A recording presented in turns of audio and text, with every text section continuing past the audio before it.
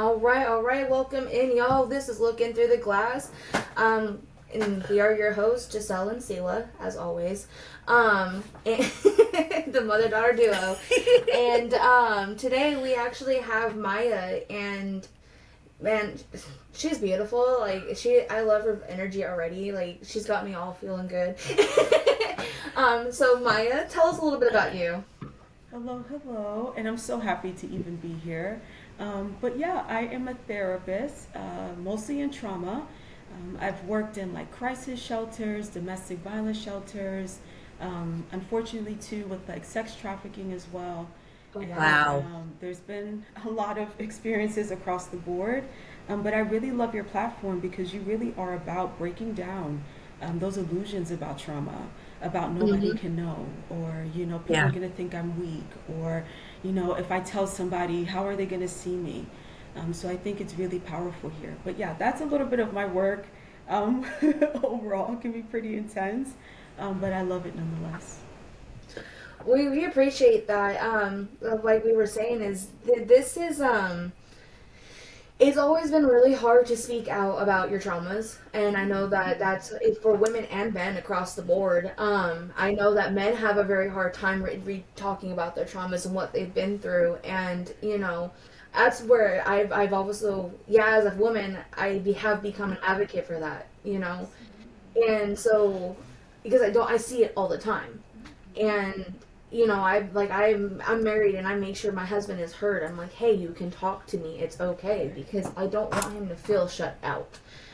So that's why we very much opened this platform, was so that everybody has a voice, as I felt I didn't have a voice my entire childhood, and I very much got tired of not having a voice. And my mom didn't have a voice, and I was the person she could go to, and I did not judge her, because why am I going to judge her?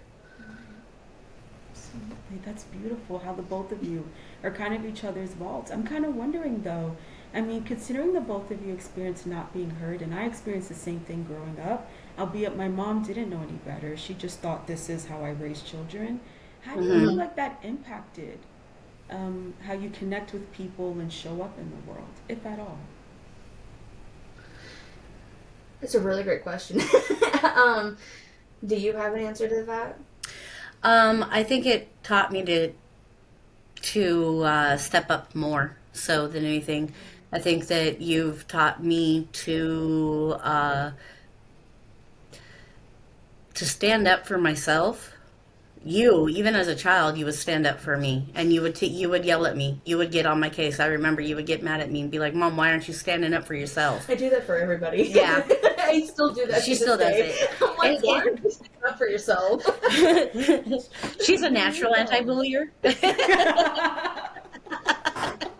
I'm done since you're a toddler. Let's go. Right? Oh yeah, no, I still do it to this day now that she's bringing it up. I'm like, I'm sitting there going, just like the other day, I'm like, why don't you say something? Like, why do you put yourself in this situation? Walk away from it. I'm Yeah. very much like, why?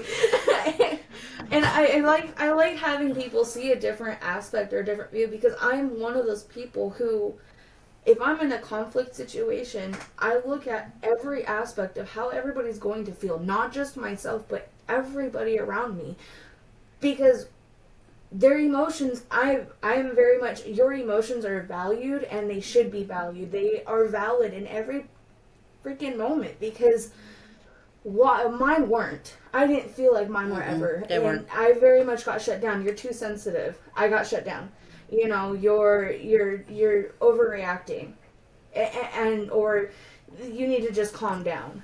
Yeah, and it's like, I feel this way for a reason, you know?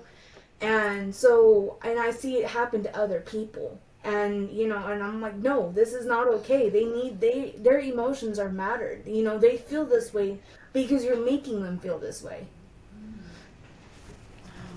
We all need those reminders, right? That we have a voice, that we can like stand up for ourselves. But like we were speaking even like prior to this, talking about how important it is for us to kind of speak, to be Hmm. able to know what we want.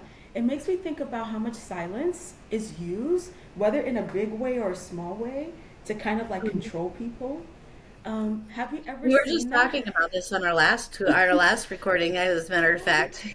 Yeah, Yes. kind of like for you listeners out there, you will start to see a trend with Yeah, us. right.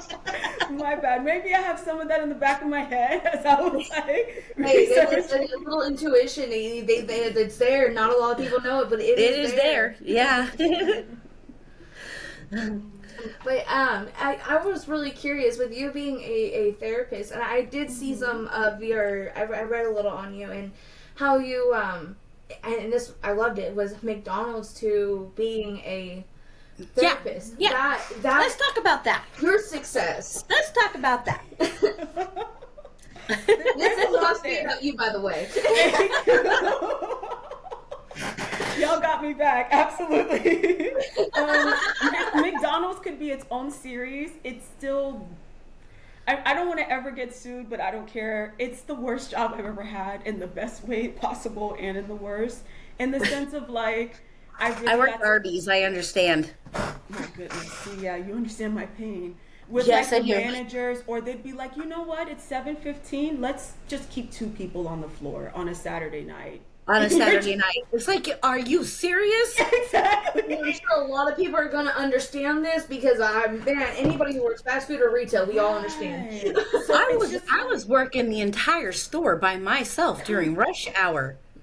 Having to do drive-through, I would have to close down the front counters because I didn't have anybody, so it was drive-through only, and it was around the building and down the street. Yup, exactly. And I was the person taking the orders. I was the person one doing cash, getting drinks, and the one cooking and doing the fries and everything else. Absolutely, you know? And so it was like pure chaos for me a lot, but also me and so many of the other people there, we were deeply, deeply traumatized and hurt from what we had experienced. And when I was there, I realized that so many people were trying to numb it out, as we are kind of talking about with substances, numbing it out with like toxic relationships, being involved in like a lot of, and when I say addictions, not just drugs, but like people gambling a lot, having children to take care of, all of these different things. And on the surface, you can just point your finger and say, what's wrong with you? You need to be more responsible, da da da da da da da da. But as I got to know people more, I realized, like, for instance, I knew someone, Perry Ann, a wonderful, beautiful person. But as I learned about her history, she was deeply neglected and deeply hurt. And so when I'm meeting her, she's in her early 50s, and come to find out she's back on the streets, kind of doing her thing, trying to kind of find her peace there. And so seeing those things helped me to understand why people are caught up in these situations. And why it's so hard for humans to really step away, especially when we have systems like this in our country that don't make it easy at all. And McDonald's exposed that. I was like, I don't think it's the people. It's just something's wrong with the system. Oh, no, it's the corporations. Yeah. I will call it out the way it is. It is 100% the corporations. From the air. They definitely aren't there for their employees. Right. Not to say anything bad about McDonald's or any other. We're not going to call out a certain corporation. We're just stating that corporations in general are not there for their employees. Many corporations. Disclaimer. You know, so from there, like while I was at McDonald's, I was in my undergrad, and then I did 2 years while I was in graduate school. During that time, that's when I'm working in domestic violence, crisis shelters, all of that. And then once I graduate, that's when I went into more private practice work, agencies. I worked a lot with like those on the spectrum. Then I worked quite a bit in like couples therapy, albeit that was not forever for me. So I've I've been a journey woman, you know. I realized for me, I was like, couples is not for me. This is my limit. Only imagine. Were you a little biased? Oh my gosh. I was like, I can't handle this. She's like, I'm out. I'm out. But hey, go to it if it's going to help. Absolutely, it does work. But I got to see so many different things, and along the way, hence what led to silent psychotherapy, I saw how much people who were disenfranchised, whether it's by money, whether it's by their past, whether it was by their race, their sexuality, time and time again, even therapists were not totally absorbing what they needed. And so that's more of my journey now, trying to bring awareness. And that's beautiful because you're 100% right, you know.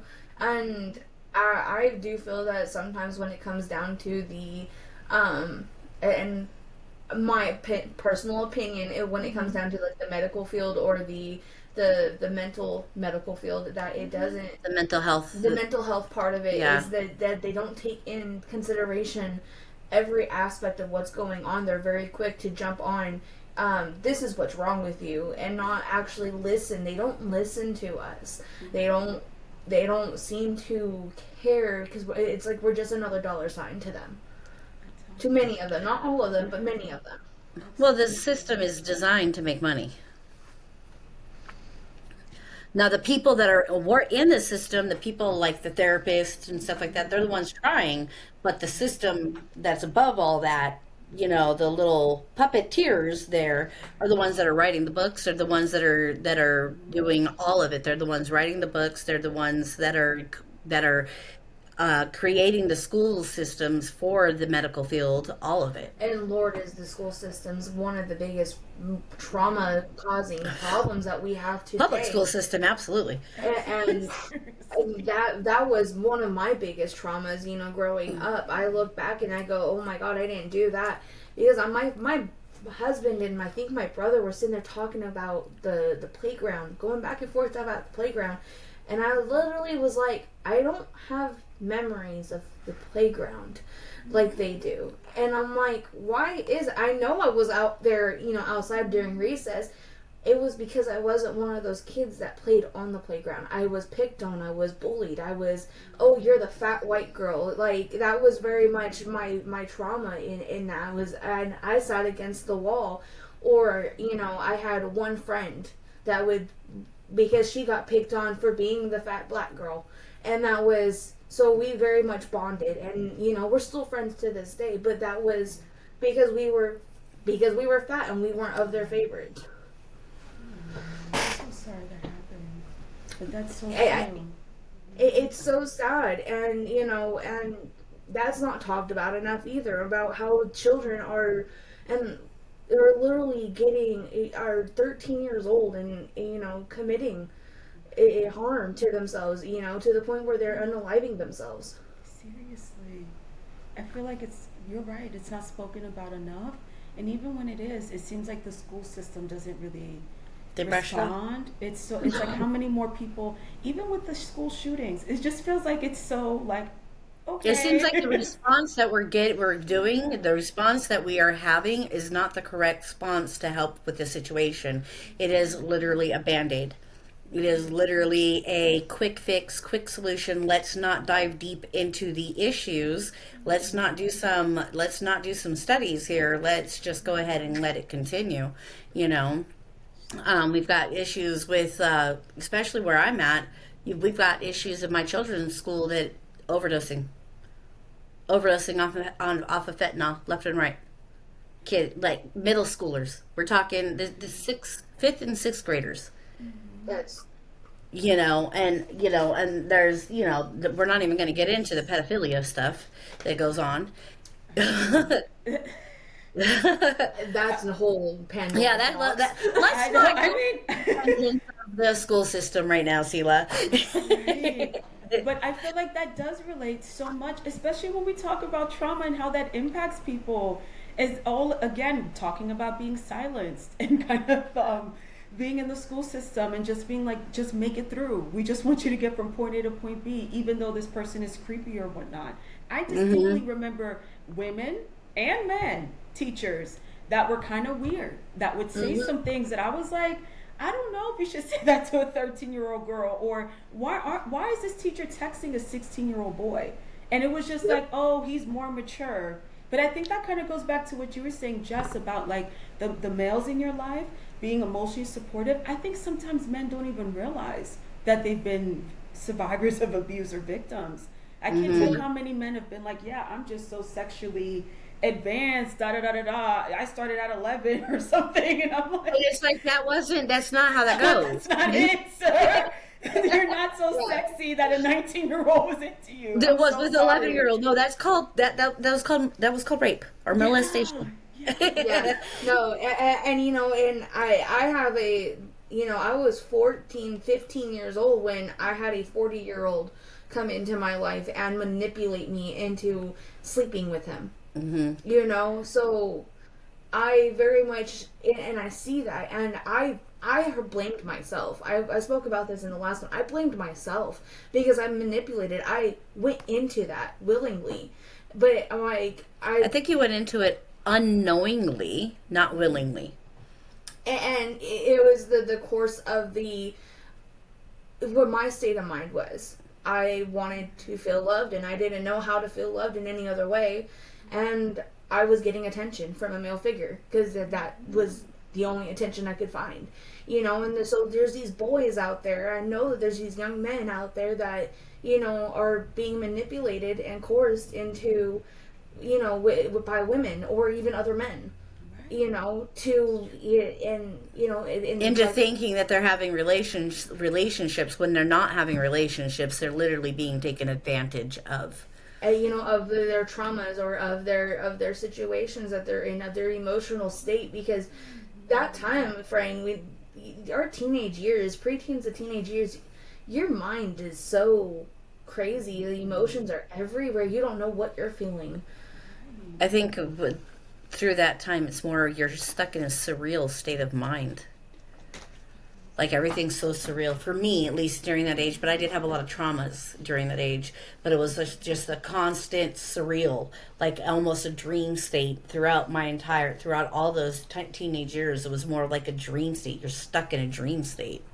I don't know if that's what for every teenager, but that I don't know if that has to do with just all the different changes. But that's how it was for me. It could be because of the trauma I endured, or it could be, you know, that's just how it is, or a little bit of both.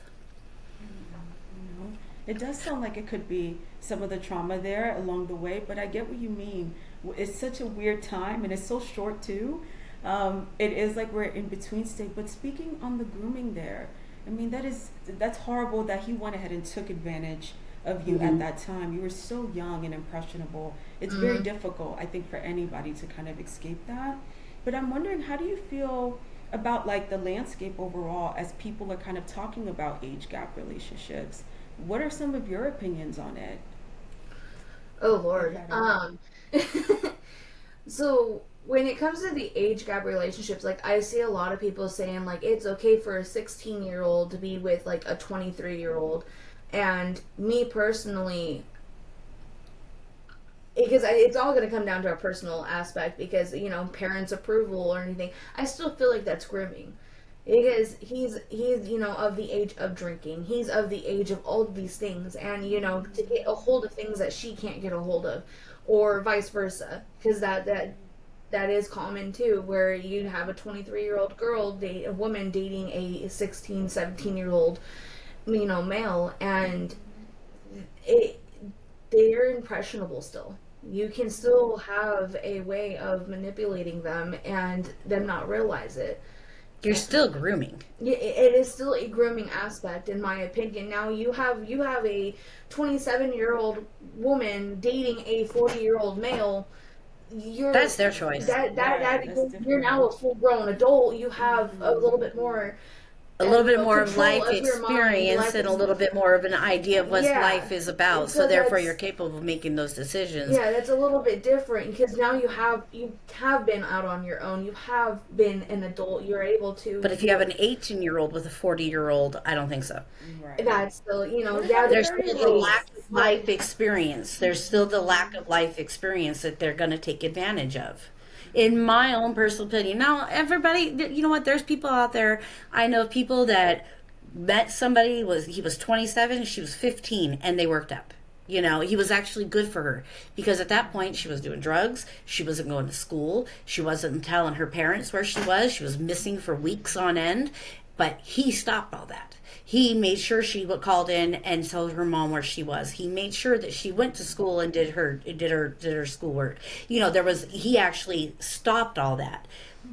Now, was it agreeable? No, that's not the best of circumstances, but at that kind of point in time, if that's the only way you can get your kid to go to school and they're good for them, well, you know, you just kind of gotta, you know, I mean, Exactly. Because and I can say not now all that- these answers are straightforward, but in a situation like that, I looked at the mom and went, I know that I may not have the best idea here, but I'm just saying this person's got her acting right.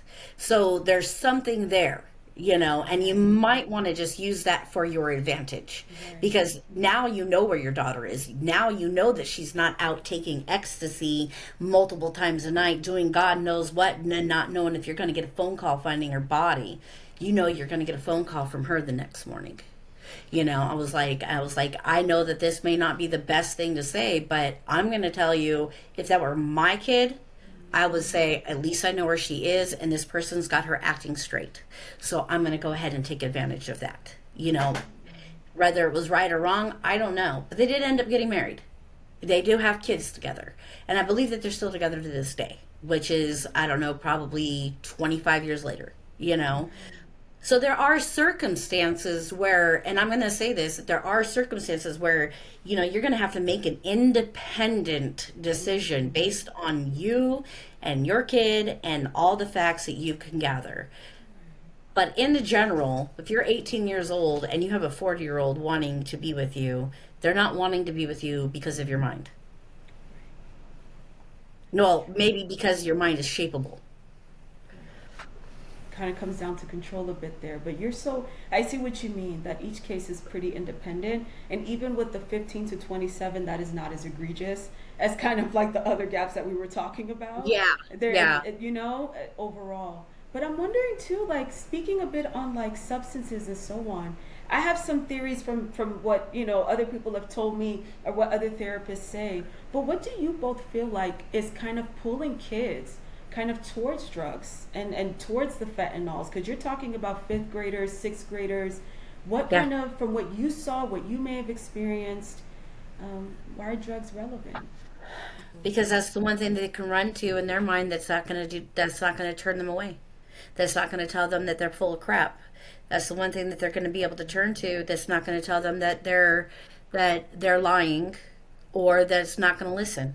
Or in some instances, you're an airhead, or or it's I want to fit in over there because Yeah, a lot of it have to fit in. The I'm not fitting fitting in. in. I'm not fitting in at home, or so and I'm not fitting in anywhere else at school. So Especially in these ages of the pre-teens and early teens, is you don't fit in anywhere because you're having problems at home. Your brain is completely rewiring and completely reshaping everything about it. Your body's in a complete uproar, which is throwing everything else off. So there's this lack of acceptance at home, at school, with the teachers. And I'm watching this with multiple kids, and I'm talking even my own children. I'm not innocent. I've done this to my own children. We're all guilty of not listening from time to time when it's probably the most important. Right. That's so real. That's so uh, honest and raw of you to kind of to talk about too. Because sometimes I'll hear from, like, while I'm in therapy sessions with people or their families, it can be really hard for one side to kind of talk about the things that have happened. They'll start, well, not lying, but they'll say, I don't remember, that never Hmm. happened, so on and so forth. Granted, they've also experienced trauma as well. I'm wondering for Hmm. you, like, how did you kind of accept the things that kind of happen? Because I figured that takes quite a bit of courage. Um, I don't know. I think it kind of has that has a lot to do with the mentality that my mom raised me in. Um, my mom was a very, look, you need to accept the things that happen to you and you need to look things for what they really are. My mom was always a very, which my mom had endured a ton of trauma herself. In our situation, what looking through the glasses is kind of a way for us to undo the traumas that we've done, or that I've done, as a parent. I've put on plenty of traumas onto Giselle growing up. I'm not, I'm just learned about a whole bunch of them, but not, I don't know. That's a really tough question to answer. Well, I mean, Um, really, it's a compliment towards you, the in fact that order you in order could, I in a appreciate that, I really way. do. In order to I guess this is in order to be able to handle the things that I needed to handle, I had to take stock. I had to be honest. and take stock of what was going on in my life with myself, because nobody can fix me but me. Nobody has power over what I do other than me. And that's where, like when I decided that I was going to stop doing drugs and stuff, I had to really take stock, and I take stock every single day of what's going on in my life and look at it for the best I can. I'm still human. I'm not going to look at things. I'm going to be biased on some things. That I start arguments. I do, I slam doors. I peel my tires out. I am still human. I think for me, it's more because from the trauma aspect of growing up with her, like I'm the oldest, Mm-hmm. and and knowing that I seeing what I've been through, going and reliving it or dealing with it and healing from it, because I'm very much didn't want to live in that anymore. But then seeing it be aspect on it being put on another sibling of mine, or you know She I very much calls me out when I'm not right. I'm like, that wasn't fair. Yeah, she very much calls me out when I'm not right. So that is helpful to have an older sibling around when there's an age gap that goes, "Hey, mom, I think that was really, well, if this is putting it nicely, hey, mom, I thought that was really messed up." Most of the time it was like, "That was fucked up and you need to change that." I'm very blunt. That's normally how I get it. It was like, "That was really fucked up." Or I'll notice something. It wouldn't always be her. It could be another situation, another sibling. Because there's a lot of us. We're 6, 7 of them. we're blended family, and so I very much see, like, I'll be like, okay, they're doing something. I've talked to them. I said something to them because I'm not okay with that. They're being a bully, and we are all guilty as siblings being a bully. I will just put it out there, of the youngest. We all, just across the board, anywhere, the youngest always gets bullied. Mm-hmm. And so we're all very guilty of it. And I started noticing it more and more. And I was like, I started backing away. I was like, we need to stop being so mean to him. Because now he's starting to not feel Welcomed. Yeah, he at home, and Mm-hmm. Lord knows we don't know his school days. Yeah, So, we don't know what he's dealing with out at school, because I guarantee you would never tell. Yeah, and so I very much look at it as, okay, we need to start approaching him differently, start including him, because being the youngest, all of his siblings are adults now. Every single one of them. Every single one of us, and here he is, hitting his teens, and he's going, okay, well, now what do I do? He was the annoying little brother. Well, God, we have to take him somewhere. But now it's like, let's include him. Let him feel a part of the family. Let him feel a part of the sibling group, because we all have our poking fun, and sometimes his innocence is cute. We have to have a little fun with the innocence, because it's like, okay. He is the most innocent out of all my kids. I've been able to shelter him a little bit better. and he gets picked on for that from some of the other siblings, and that's why I'm like, okay, you guys need to stop, because it's not an entirely bad thing that he's actually got innocence. I'm glad that he still has innocence compared to all of us, because we lost it way too young. And so that's where it comes in, is I very much get protective. That big sister comes out, and it's like, no, we need to do better. We need to see it from a different point of view, because I've seen it from my point of view, going, I didn't like that when I was younger. Why am I going to do it to him? Why am I going to let it happen to him? So that's where I very much try to point out everybody's on, and even my own. I very much I stop myself. I'm like, oh, and then I'll go apologize to him, because I want him to know that, hey, you can talk to me. You have somebody you can go to, because I can only imagine how it feels. I know how it feels to not have anybody to talk to and listen. That's beautiful. It's really interesting by, like, mom here choosing to be honest and really, like, confronting things. It really opened the door for empathy towards your children, and how it's cascading towards everyone. Not only are you showing your younger brother, like, we empathize with you, but also I can make mistakes. and now I'm modeling to you how to ask for forgiveness or how to mend things, which like so many adults struggle. Like there's a conflict and they're just like, oh well, and just keep it Hmm. moving. And it's like, no, not every interaction is this. That's how you know they're kind of in their trauma. And it's beautiful how you guys are all like through the cycles already. Everyone here is getting better. I mean, do you ever kind of look at your life now and kind of look at the past and think this has been a massive change? I see Oh it. yeah. We sit there and talk about it all We the talk time. about it all the time. We talk about it all the time. Like, wow, what a change. Only, even, okay, even as far as just the change myself, let alone Mm-hmm. everything else that has happened, you know. Um, and I'm not trying to sound like I'm tooting my horn, but when I when I decided to make different certain changes and actually take accountability for all the different things, it kind of started, from what I've seen, a domino effect with the people around me.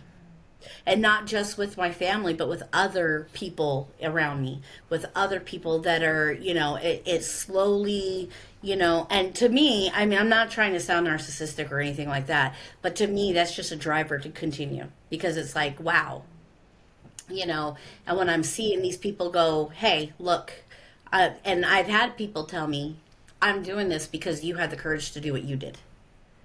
I've had people tell me that, and hearing that to me is there's nothing that can give me more of a drive and more of a boost than that in itself. Because watching somebody go from a very abusive relationship, I mean, we're talking in a very abusive relationship where she starts standing up for herself and she starts seeing things differently. And I've watched this happen through the past year. I've been watching this happen. And, and she's come to me in different times and different occasions and has told me the reason why I'm able to do this is because I've watched you do it. The reason why, and to hear that I've given that kind of courage is just, there really is no better gift in my eyes. That like I mean, there's a lot of gifts out there in this world, but to hear that, to know that, hey, look, you know, my one little, and it was very, very, very selfish act in my eyes, to think about me for once, you know, how it catalysts all these other things where people are like, okay, I'm going to start holding myself accountable. I'm going to start seeing things and taking things in my life. And whereas now this person has left that abuser, like, is gone, moved out. Whether they're going to stay gone or not, I can't tell you that for sure because we all know, well, all three of us sitting right here on this panel understand that it takes more than once to leave the abuser.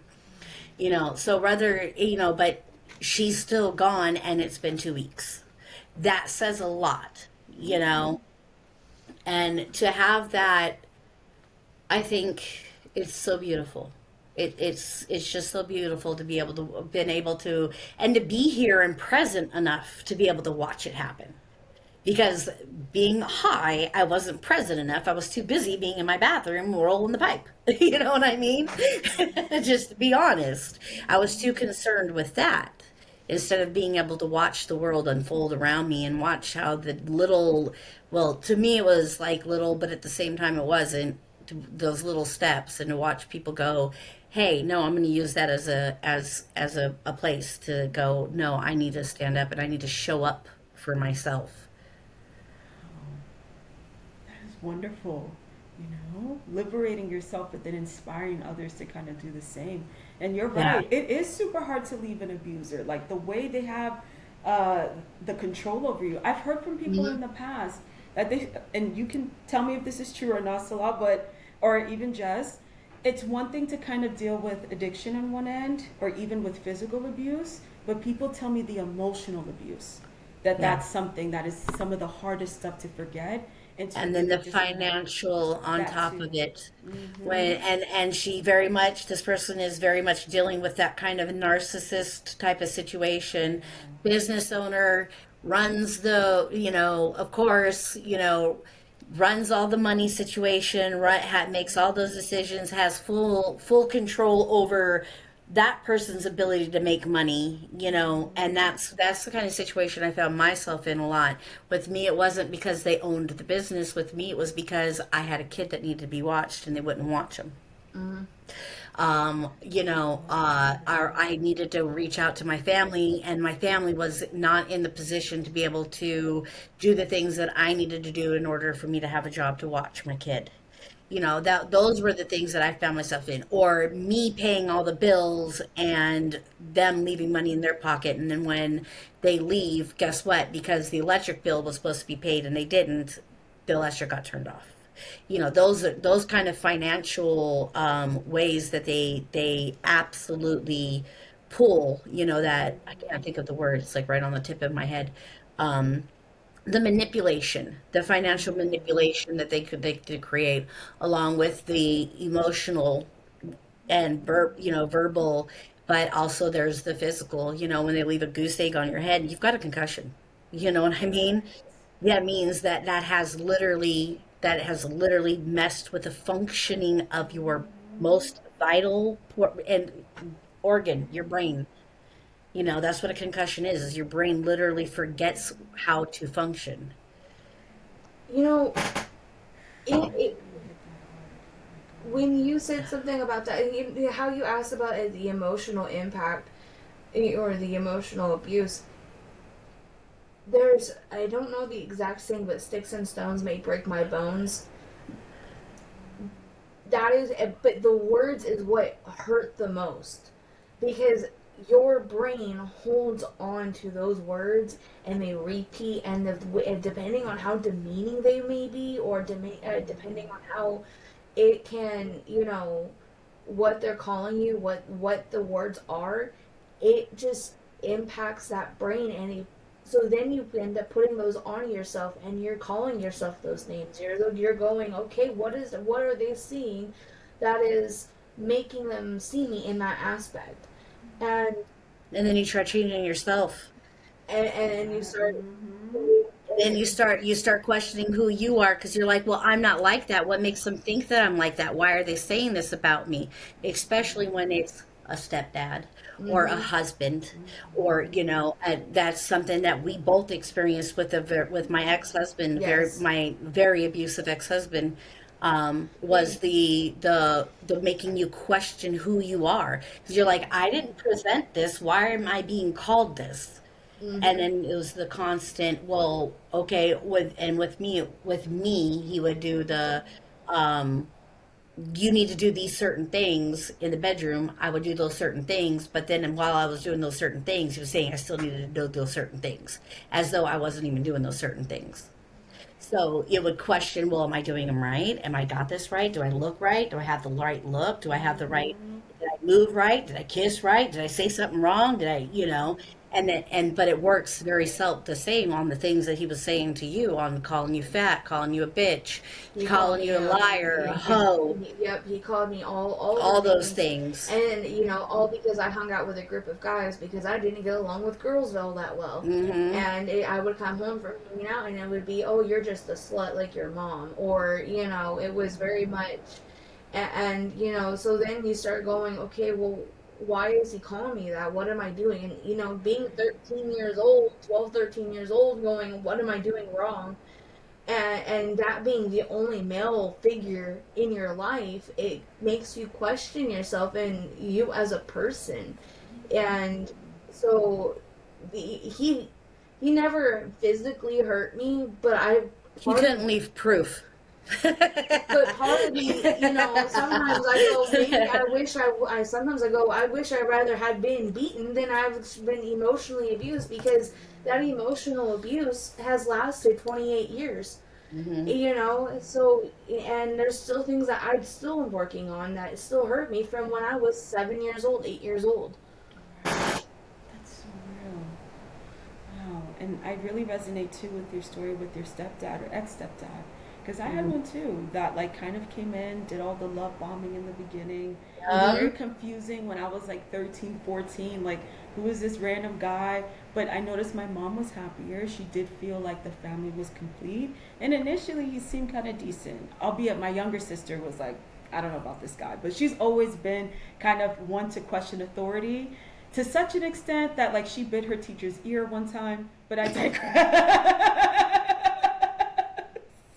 Yeah, she took it there. Yeah. I don't know if she knew a lot about Tyson or something and decided that was her tag. Took a note from Tyson. She did. I don't know what that lady said to her. So I hope that lady's earlobes are okay. But You obviously pissed your sister off a little bit. right. That So, was one hell of a story. but yeah, she totally could see he was full of shit, essentially, to some extent. But he definitely led to a lot of separation in our family. I mean, he would try to, like, the money situation, trying to get, like, the deed of the home, trying to know where my mom had money stashed up and stuff. Wanted to, and then when she would ask him things, that was not necessarily the case. And then even going into the community and saying things about my mom to try to change the image so he could control her. So it's just like when, thankfully, I had a he's gone. father and a husband doing it to me at the same time. Oh man, Mm-hmm. just back to back. I do have a quick question for you, because you totally turned this on us. Yeah, you took it. Not that we don't mind, you know. Yeah, of course, But one question is what's your one story from your crisis work that completely changed how you understand mental health? Oh wow, that's a really profound question. Oh my gosh. Booyah. Yeah, you got me right. My karma came back fast. Yeah, you came at us some really good questions. Oh my goodness, there's so many people that really shifted my perspective. I think if anything, like my sense, oh man, there's one story in particular with this really amazing woman. She was from, I think it was Libya, and she had just immigrated maybe like a year ago with her husband. He was highly, highly abusive. She was finding her way away from him. She was trying to get back to her home country, all of this. Unfortunately, he had followed her after she had picked up the kids from school, and he had broken into the home, and he had put oil on the stove and started to heat it, I guess without her noticing it, and then he kind of, as you imagine, threw it on her, and then a series of really disgusting things happened, and he finalized all of this by cutting her neck. Afterwards, thankfully, she survived all of this, and her children and her are okay. I know, right? After everything. But that woman was an incredible person, and it really highlighted to me how much leaving an abuser is so much deeper than even what we provide at like advocacy centers. We're still a step behind. A lot of the times the abuse occurs after the leaving as well. As for it did happen with me, the police had to pull my abuser off of me. We were split up for 6 months at that point. So even, once you are gone, it still continues. Absolutely. It's So actually more dangerous. it is. And then you see those unfortunate, where they, take everyone out and so on. But that just really helped me to really empathize with people and to have never-ending compassion. Granted, not to the extent that I'm taken advantage of, because I'm not in that space anymore, but it really allowed me to really be in people's space. And I think it helped me as I move forward to have an empathy that wasn't just like, oh, that I feel so bad for you, to now like almost this glove fit in a way towards people. But no, all of my clients have humbled me. They continue to shape the way that I see therapy. And if it weren't for them, I don't think I would be as good of a therapist and much less that of a person. Honestly, Maya, I would love to have you back on. Yeah, I was thinking you are absolutely going to have to be on again because this was a blast. This was fun. This was a blast. Yeah, most definitely. I would love to have you on because I know that we're getting short on time. But I would so love to have you back on. You helped us see a different aspect of things, and then not only that, because like I said, you totally turned it on us somehow. This was supposed to be about you, and we totally did not get there. We were too busy worrying about ourselves. Your story's got to get out there. You're super authentic, and that's why your viewers are here. It's mostly for you guys, really, and then the people that you add in. So I had to know more about you too, especially because unfortunately you guys are kind of an anomaly. So many times when I speak to survivors of a DV, anything else, oftentimes it breaks the family apart. And so the idea that all of you guys are still connected and you're still working through things, listen, Salah, there may have been a lot of things in the past, but you've done a lot of good up to this point for you to be where you're at. And I'm so serious. A lot of Thank people are you. in the no contact stage, and for good Yeah. reason. And so Yeah. you're really doing There, really I'm not gonna sit here and say that there isn't reason for Giselle to have done that to me. There really, I'm not innocent. I am far from, and like I said, there's things that, we have her story out on the podcast, and because we gave our stories first so that people can understand that exactly where we come from and that we are vulnerable. We're putting out our vulnerability out there first. But there was a lot of parts of the story that I didn't know, and it took about a week of me sitting in it, running it through my head, and not hating myself over it, not being ashamed of it, not shaming myself over it, not beating myself over it, and just going, "This is what happened." Taking myself out of the situation was the number one thing I had to do when it came to listening to her. And that's what I've been able to do. Don't get me wrong, a lot of it was her too, never giving up on me. It was my family never giving up on me. And that's, I am so thankful and grateful, and I truly honestly believe that I am blessed to have that. And to experience what, doing the podcast with Giselle. This has just been an amazing experience in itself on its own. If we don't make it, just doing this with her, the interviews, it's worth every moment of it. beautiful. And you immortalize yourselves too, so that's also pretty cool, and have this, this information for one another. But that is so beautiful. The way that the both of you have used love to make sure that you're never separated. Well, thank you. Thank you very much. You made me feel so wonderful today. You definitely have to come back because you boost my ego. I'm happy to know. Well, thank you, Definitely. ladies, so much. Yes, thank you. Thank you so much. We appreciate you, and we will absolutely be contacting each other more through Podmatch and have you on again. Please. Yes, please. And if there's any way that somebody wants to reach out, if you have any information out there, because I know you connect with domestic violence. Is there a website or anything like that? Absolutely. SilentPsycheTherapy.com is where you can find a lot of info on me. Silent Psyche without the P is how I usually say it. And you can find me on Instagram and on Facebook and YouTube, all that good stuff.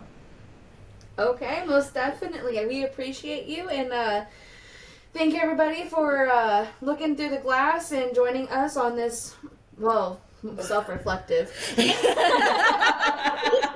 Reflective episode. podcast.